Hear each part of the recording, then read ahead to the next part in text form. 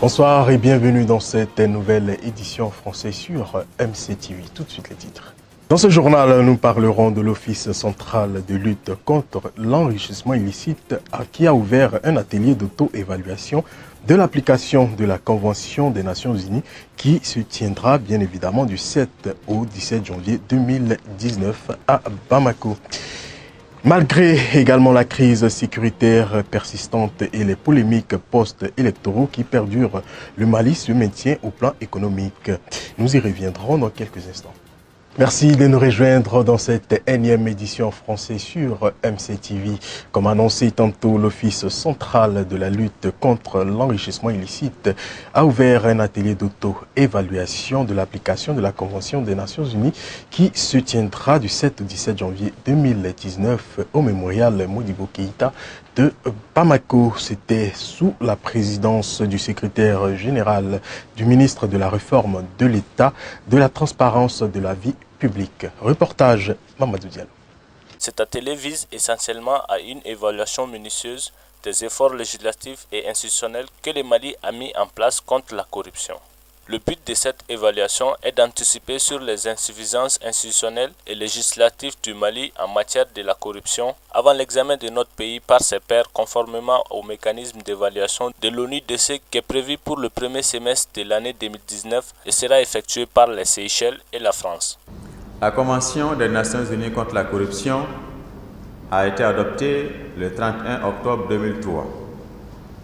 Elle a été signée le 9 décembre 2003 à Mérida, au Mexique. Notre pays a pris part au processus dès la première réunion préparatoire qui a été organisée en l'an 2000 en Argentine. Notre pays a signé la Convention des Nations Unies contre la corruption et l'a ratifiée par la loi numéro 2005-043 du 22 juillet 2005. La Convention est entrée en vigueur le 14 décembre 2005. Aujourd'hui, elle compte 186 États parties. La Convention des Nations Unies contre la corruption, faut-il le rappeler, a pour objectif, premièrement, de promouvoir et renforcer les mesures visant à prévenir et à combattre la corruption de manière efficace. Deuxièmement, de promouvoir, faciliter et appuyer la coopération internationale ainsi que l'assistance technique aux fins de la prévention de la corruption et de la lutte contre ce phénomène. Le représentant du ministre de la Réforme de l'État et de la transparence de la vie publique a invité les participants à s'engager pleinement dans l'élaboration d'un rapport d'auto-évaluation qui sera pris en charge avant l'arrivée des examinateurs. Le mécanisme d'examen de l'application de la Convention se déploie à travers des cycles successifs qui ont été rappelés ici à juste titre par M. le Président de l'Office central de lutte contre l'enrichissement illicite. Dans le cadre du premier cycle d'examen qui s'est déroulé de 2010 à 2015, notre pays a été évalué par le Niger et l'Afghanistan. Ce cycle a porté sur l'application du chapitre 3, intitulé Incrimination, détection et répression de la corruption, et du chapitre 4, intitulé Coopération internationale. Il a permis notamment d'améliorer notre cadre juridique national en intégrant dans le code pénal certaines infractions, à savoir la corruption d'agents publics étrangers et de fonctionnaires d'organisations internationales publiques, le recel de produits du crime comme infraction autonome et l'adaptation de la corruption dans le secteur privé. Cet atelier contribuera au renforcement des capacités de nos institutions et une manière de mettre en place des textes rigoureux pour lutter contre la corruption de façon impartiale.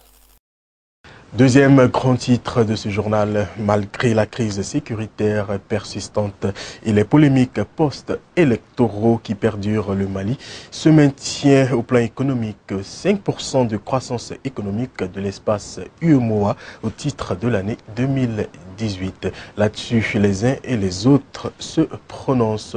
Un reportage signé Soumaïla Berté Omokone. moi, pour ce qui est du classement de notre pays, comme à la 3e position de l'espace économique ouest africain, IEMOA, ça, c'est plus une question pour les initiés et les spécialistes, parce que on appelle ça de la macroéconomie. C'est pas évident que l'impact touche tout de suite les populations. Donc je pense que de façon globale, que le pays soit à ce niveau-là, 3e dans l'espace IEMOA, en soi c'est une bonne chose. Ça voudrait dire que de façon globale, notre économie nationale se porte bien. Mais pour ce qui est maintenant de l'impact sur les populations ou sur le panier de la ménagère, comme on le dit d'habitude, c'est pas évident, hein, n'est-ce pas? Parce que ces taux de croissance là, souvent, l'impact sur les populations serait vraiment pas évident. Et c'est pourquoi déjà les populations ont du mal à comprendre quand on dit que l'économie se porte bien. Et que, parce que pour ce qui est de notre cas, vous regardez un peu, on parle d'une croissance à 5%, et pourtant le mouvement social et le front social est en ébullition. Tous les corps de notre pays sont en grève, les enseignants sont en grève, l'INTM projette d'être en grève la semaine prochaine, voilà, les médecins sont en grève, tout le monde est mécontent de sa situation, les juges ont terminé 6 mois, voilà, donc c'est très compliqué. Je pense que c'est des tendances, mais de façon concrète, évaluer l'impact de ces faits-là sur les populations, ce n'est vraiment pas évident. Voilà. Bon, c'est bien, en tout cas pour l'extérieur, en tout cas en tant que Malien, ça me fait chaud au cœur d'entendre que mon pays avance, que notre économie se porte bien. Parce que 5%, c'est quand même très bien, c'est un grand chiffre au Mali, je crois. Maintenant, en tant que citoyen malien tout court, quand je fais face à mes problèmes de tous les jours, à mon quotidien, je regarde à côté de moi mes voisins, mon quartier, les nouvelles qui se passent. Bon, j'ai du mal quand même à me réjouir de cet état de fait-là. Ça ne va pas, pour parler d'un mot. Hein? Voilà, donc il y a encore des efforts à faire. Voilà, et que les autorités, nos plus hautes autorités, ne se contentent pas de cela pour baisser les bras. Voilà, qu'ils pensent encore au peuple, le peuple qui souffre, le peuple travailleur en tout cas qui n'est pas récompensé, qui n'est pas payé à la hauteur des efforts fournis. On pense beaucoup à ces gens-là. J'en viens à présent une affaire foncière qui oppose les habitants de Falaya dans la commune de Safou au maire. Il s'agit bien sûr de M. Guiro Traoré de la commune rurale de Safou. Une parcelle d'environ 22 hectares dont chacun se déclare propriétaire malgré la présence des documents administratifs. Documents bien sûr attribués des deux protagonistes dans la famille fondatrice de Falaya et le maire de la dite localité. Mamadou Diallo. C'est au cours d'une assemblée que les différents protagonistes ont discuté sur la discorde foncière qui les oppose. Tour à tour, le chef du village, la famille fondatrice de Falaya, les témoins, le maire et le géomètre, chacun a donné sa version des faits devant une foule excitée et divisée. Le défaut, à ma compréhension, le défaut c'est Gouro même en personne. Pas la mairie, pas d'autres personnes, c'est Gouro même qui est l'auteur principal des actes. Pourquoi? Fort longtemps, le nommé Manya Nyare, qui s'est dit prétendeur de la parcelle de 22 hectares, fort longtemps, hein. Maintenant, quand on est venu pour la réconciliation au niveau du village, Manya est d'accord. Il a demandé qu'à 1 hectare de lui donner ça pour qu'il se serve de ça. Tout le monde était d'accord de ça. Maintenant, on a vu que ça n'a pas plu au gros. Pourquoi? Parce que il a ses intérêts, je ne sais pas, de toute façon, il a beaucoup de choses au niveau d'ici. Donc, il nous a convoqués au niveau du tribunal. On est allé faire le jugement, on a gagné de première instance jusqu'à la Cour suprême. On a gagné. Maintenant, lorsqu'il est devenu maire de la commune, il est venu au nom de la mairie de Safo aussi, la commune rurale de Safo. Et la mairie de Safo a un titre au niveau de ces 22 hectares. Il a introduit le dossier de première instance aussi jusqu'à la Cour suprême. La mairie a été déboutée. Donc, voilà, il est allé en tierce opposition. La mairie a été déboutée. Donc maintenant, il ne sait pas maintenant de quel côté il peut s'insister. Il refuse parce que dans ces derniers temps-là, il a amené les gros bras et les loupards là pour empêcher les héritiers qui ont attribué les parcelles aux gens pour les empêcher de faire les travaux. Donc c'est lui. Déjà qu'il a eu confirmation des droits coutumiers. Donc maintenant, c'est pas un morcellement officiel. Hein. Il a morcelé pour partager les parcelles entre les héritiers. Vous voyez. Mais la régularisation, ça c'est au niveau de la mairie ou bien de la préfecture. Malgré les témoignages des uns et des autres, les choses ont fini par se dégénérer et l'Assemblée s'est terminée avec des coups de poing. Vivement que les documents administratifs trancheront cette affaire.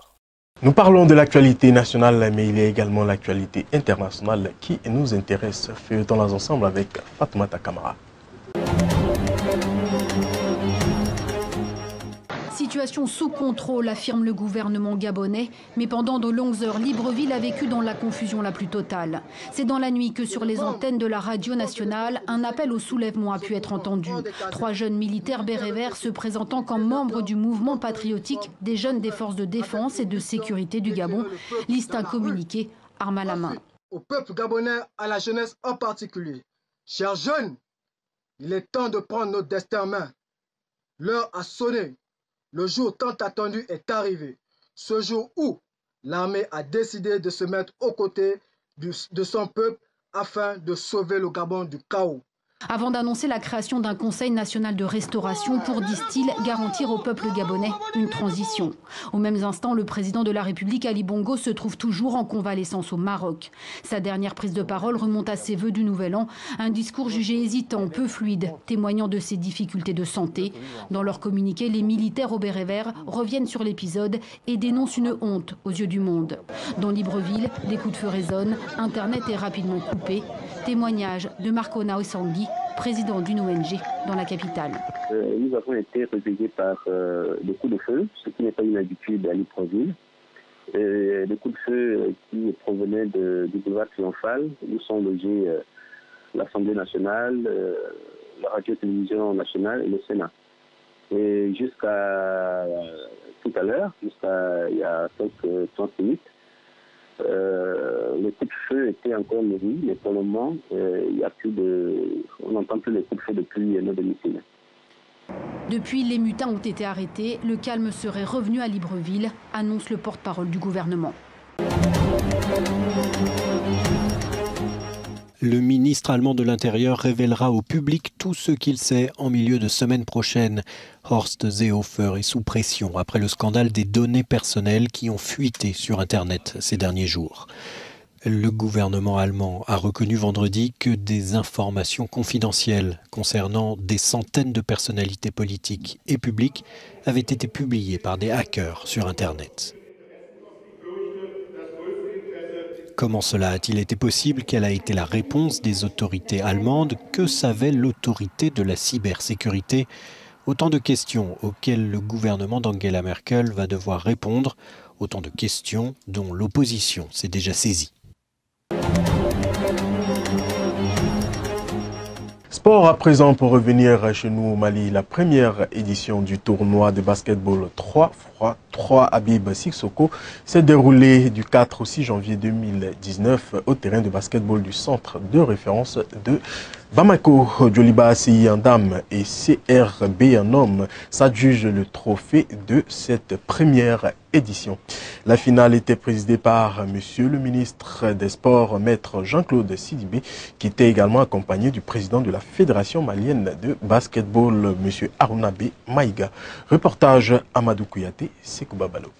Cette première édition a été une réussite car la Fédération malienne de basketball, à travers son président, a bien voulu honorer ce grand monsieur qu'est Habib Sissoko et qui n'est autre que le président du Comité national olympique et sportif du Mali depuis 2000. Et il a beaucoup œuvré pour le développement du sport malien. Tous les matchs des demi-finales ont été à la hauteur. Pour la finale en dames, le Djoliba AC en rouge était opposé à la commune 3. Et sans surprise, le Djoliba l'emporte 15-9. En ce qui concerne la rencontre des messieurs, le CRB en bleu était opposé à l'AS Real de Bamako. Au terme d'un match intense, le CRB dicte sa loi en s'imposant 10-8. À la fin des cérémonies de remise, nous avons tendu notre micro aux différents acteurs. Tournoi 3-3, c'est une nouvelle discipline du basketball que la fédération a décidé de promouvoir au niveau national. Et même on participe à des compétitions internationales aussi. La fête a été très belle. Nous sommes là depuis vendredi. Nous avons commencé par une animation jeudi soir pour attirer les populations. Elles sont sorties massivement. Et aujourd'hui, nous avons décidé de faire ce tournoi-là pour mener une action de proximité, sortir des salles, sortir le basket des salles, venir vers les populations, vulgariser le 3 contre 3 pour permettre à un grand nombre de pratiquants sportifs de faire du basket dans la rue. Nous pensons que la Fédération malienne de basketball a bien fait de songer à lui pour faire de lui le parrain de cette manifestation 3 contre 3, une compétition pour laquelle nous savons très bien que le Mali est champion d'Afrique au niveau des seniors dames et champion d'Afrique aussi au niveau des juniors filles et vice-champion d'Afrique, je pense, au niveau des juniors garçons. Donc c'est la multiplication des compétitions de ce genre qui nous permet d'avoir un bon ranking au niveau mondial afin que le Mali puisse être qualifié un jour pour les Jeux olympiques. Cette première édition qui était un coup d'essai fut transformée en coup de maître grâce aux efforts conjugués des différents départements concernés pour l'essor de la balle à panier. Vivement la deuxième édition. Ouvrons à présent la page invitée du journal. Nous recevons le maire de la commune rurale d'Issira Korola, cercle de Koulikoro, une vaste commune composée de 50 villages.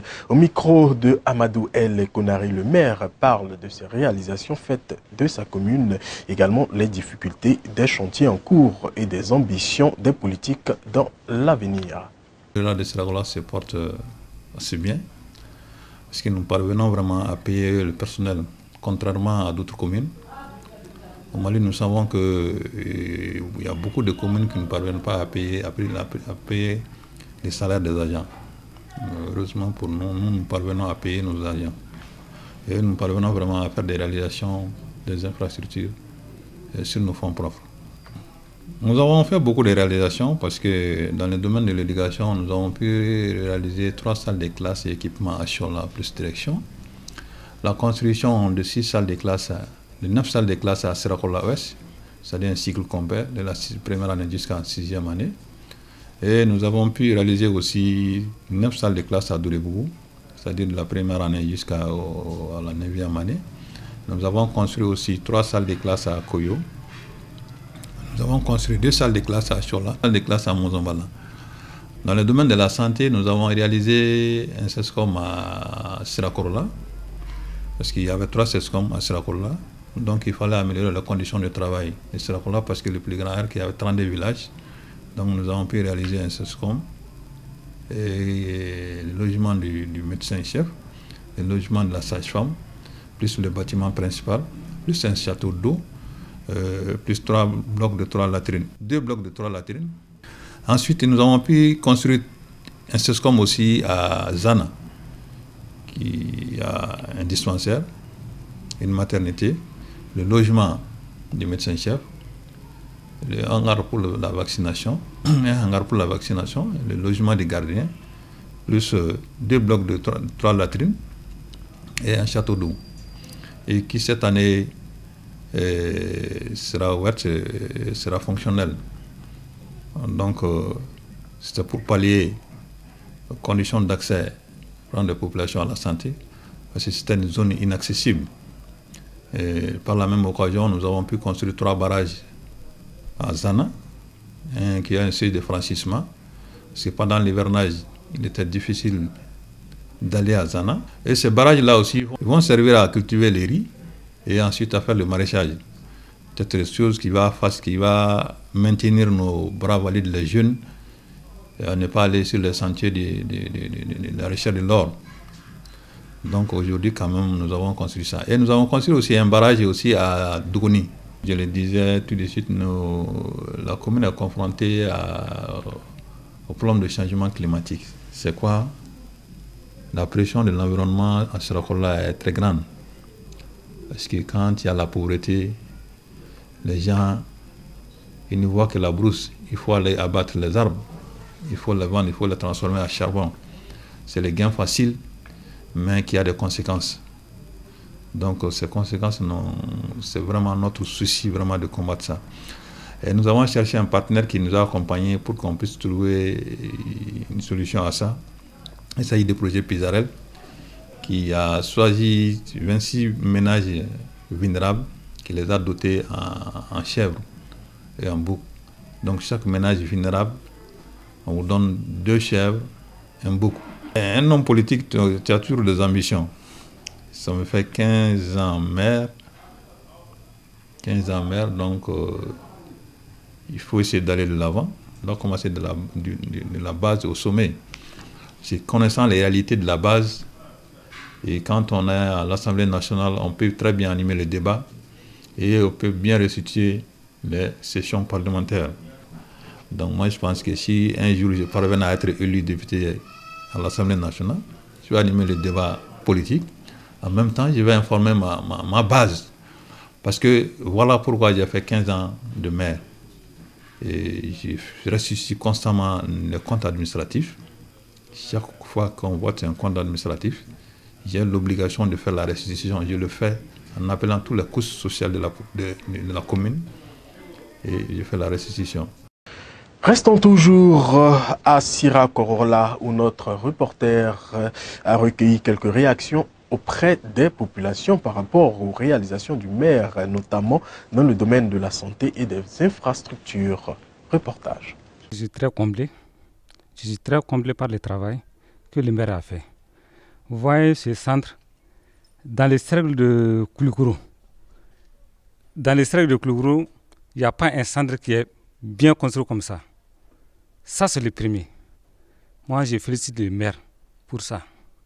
Vraiment, ça, c'est un bon centre. C'est que moi, je demande au village d'entretenir ce bon centre. Vraiment. Dans la cour ici, pour le moment, il y a la maternité et le dispensaire. Il y a la pharmacie à côté. Moi, je demande toujours à la population de venir au centre. Parce que pour être en bon état, il faut être proche au centre. Il faut la fréquentation. Oui. Bon, moi, mon dernier mot, je demande à toutes les personnes de bonne volonté de nous aider. De nous aider. Parce que le centre est là, mais on a manque de matériel. Vraiment, on a manque de matériel. Insuffisance de matériel même. Meri a kakangafo. A bara minganye. A jara sanakauye. Mapunya monde a jaranye. Mfana alaka ka fakantanye fe. Alaka ka fakantanye fe. C'est élément qui met fin à cette édition. J'ai été ravi de passer ce moment en votre compagnie. Nos programmes continuent toujours sur notre page streaming www.mctv.ml, également sur notre page Facebook MCTV et notre page YouTube MCTV Live. Je vous souhaite excellente soirée à tous et à toutes. Bonsoir.